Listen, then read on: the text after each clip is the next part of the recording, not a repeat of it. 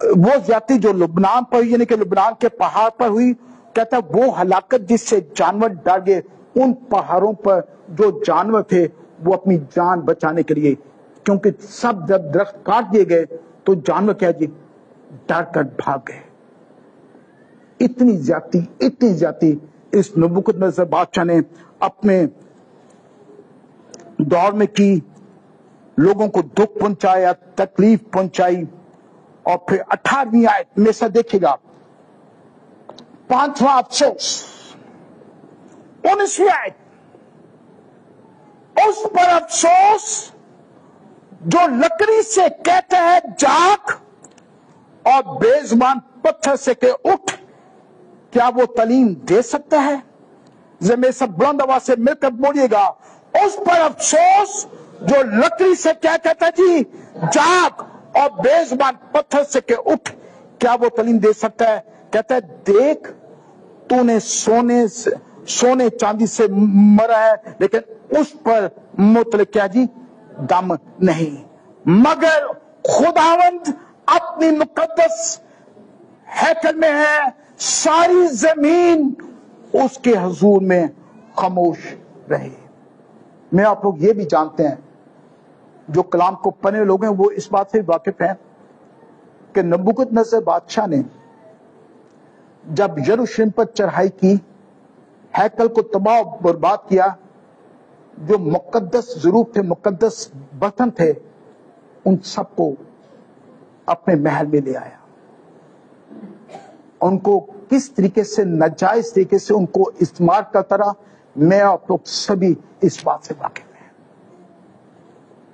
اور اس پر افسوس جو لکڑی سے کہتا ہے جاگ اور بے زبان پتھر سے کہ اٹھ، کیا دنیا کے معبود بولتے ہیں جی؟ بولیے گا۔ میں کئی دفعہ کہتا ہوں کہ بے شمار، میں کہتا ہوں کہ بعض اوقات شاید ہم یہ سوچتے ہوں کہ نہیں، کم از کم یہ ہے کہ میں کسی بت کی عبادت اور پرستش نہیں کرتا، ایسی کوئی بات نہیں ہے۔ لیکن ہمیشہ یاد رکھے گا، میں آپ لوگ سبھی جانتے ہیں، میری اور آپ لوگوں کی زندگی میں بہت سے چھوٹے چھوٹے بت ہماری زندگی میں کھڑے ہوئے ہیں۔ پیسے کا بت، تکبر کا بت، اپنے اعلی مرتبے کا بت، ایک اور بت بھی ہے جو رات کو سو نہیں دینا تھا۔ ہاں دیکھا، اپنے بت سے کیسے سارے واقف ہیں کہ یہ جو رات کو ہمیں سونے نہیں دیتا، پریشان کرتا ہے، جو وقت ہمارا دعا کو ہوتا ہے اس کو کیا کہتا ہے جی چھین لیتا ہے۔ لیکن بڑی پیارا ایک گیت ہم لوگ سبھی مل کر گاتے ہوتے ہیں، لیکن ہمارا خدا بولتا بھی ہے، دیکھتا بھی ہے، سنتا بھی ہے۔ ہاللیلویا۔ اس بات کے لیے خوش ہیں کہ ہم لوگ ایسے خدا کی عبادت اور پرستش کرتے ہیں جو بولتا بھی ہے، سنتا بھی ہے اور دیکھتا بھی ہے۔ لیکن دنیا کے معبود محض کیا جی بت ہیں، نہ وہ اور کلام میں ایک بڑی پیاری آیت لکھی ہے، کہتا ہے ہمیشہ یاد رکھے گا، غیر معبودوں کے پیچھے بھاگنے والوں کے دکھ کم ہو جائیں گے۔ اوہ تھینک یو۔ آپ کو پتہ ہے میں تو ان پار آدمی ہوں، مجھے تو پتہ نہیں چلتا۔ غیر معبودوں کے پیچھے بھاگنے والوں کے کیا جی دکھ کیا جی، اسے میں بے شمار، میں آپ لوگ سبھی جانتے ہیں جس معاشرے میں آپ لوگ رہتے ہیں، ایک بہت بڑی کلیسا پاکستان کا ایک حصہ ہے جو آپ کو مزاروں پر جاتا ہوا نظر آئے گا، جادو ٹونوں کے پیچھے جاتے ہوئے، قبروں پر جانے کے لیے اس کو خدا بنا کر شاید یہ قبر میری مدد کر سکے۔ اپنے زندہ خدا کو چھوڑ کر بے شمار میں نے آپ کو کئی دفعہ بولا ہے، میں کئی دفعہ ایگزامپل دیا، بہت کافی وقت ہو گیا۔ بشپ الیگزینڈر جان ملک صاحب نے ایک بات کی تھی سیمینار کے دوران، انہوں نے یہ کہا تھا کہ میں پادری صاحبان کو کہتا ہوں کہ کبھی کبھی داتا دربار بھی ضرور جایا کریں جمعرات کو، وہاں آپ کو اپنی کلیسیا کے بہت سے خاندان وہاں نظر آ جائیں گے. It's true, it's true.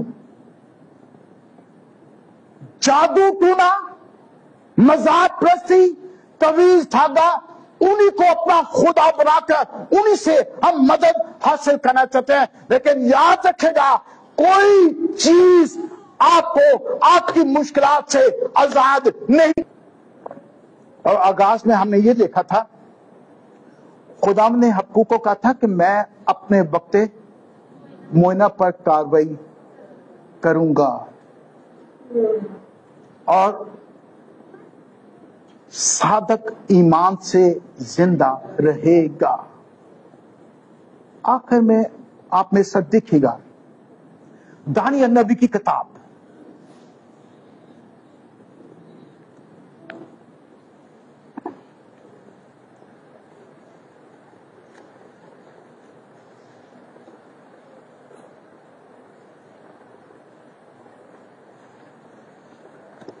دانیل نبی کی کتاب یسایہ، یرمیا، حزقیل، دانیل کی کتاب آئے گی.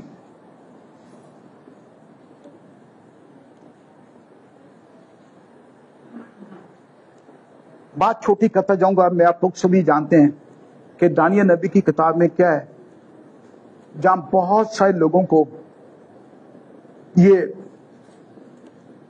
غلام بنا کر اسیر کر کے اپنے ملک میں لاتا ہے نبوکدنیزر بادشاہ، اور ان میں سے دانیل بھی ہوتا ہے جس کو خدا نے اپنی حکمت اور دانائی سے معمور کیا ہوا تھا.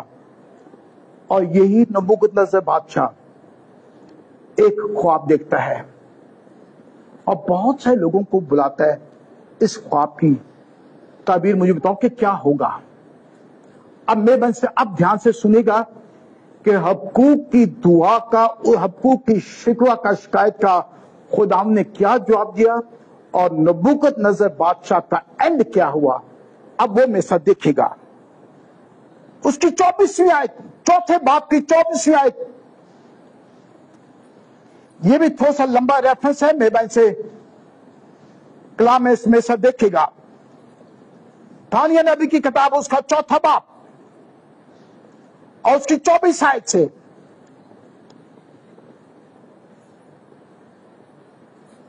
دانیل نبوکدنیزر بادشاہ کو کہتے ہیں، کیونکہ اس سے پہلے ہم پڑھیں تو نبوکدنیزر بادشاہ جو سا ہے وہ دانیل کو کہتے ہیں کہ اس خواب کی تعبیر کر جو میں نے دیکھی ہے. اور دانیل کیا کہتا ہے سنیے گا دھیان سے.